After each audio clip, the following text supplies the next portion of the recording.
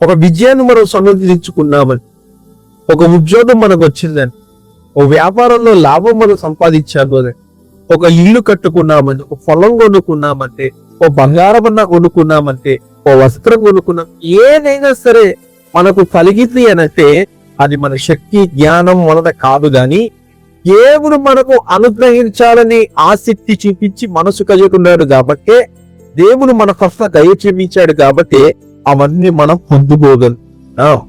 ఈ సత్యాన్ని ఇప్పుడు గ్రహించాడు. ఈ రోజు ఏది కావచ్చు, ఉద్యోగం పొందకుండా అదే ఉద్యోగంలో చాలా మంది ప్రయత్నాలు చేశారు. నీకన్నా జ్ఞాన కలవారు ప్రయత్నాలు చేశారు. నీకన్నా మంచిగా ర్యాంక్ వచ్చిన వాళ్ళు ప్రయత్నాలు చేశారు. నీకన్నా మంచి పర్సంటేజ్ వచ్చిన వాళ్ళు ప్రయత్నం చేశారు. కానీ దురదృష్ట శాస్త్రం వారికి రాలేదు, నీకు మాత్రం వచ్చింది. కారణం ఏంటో తెలుసా? నీ పట్ల దేవుడు దయ చూపించి ఆ ఉద్యోగాన్ని అనుగ్రహించాడు. అలాగే ఉద్యోగం కావచ్చు, వ్యాపారం కావచ్చు, ఏదైనా సరేనండి, మనం ఒకటి పొద్దుకున్నామంటే అది కేవలం దేవుని అనుమతి ద్వారానే, దేవుని దయ ద్వారానే అది మనం పొందుకున్నామని మనం గ్రహించాలి.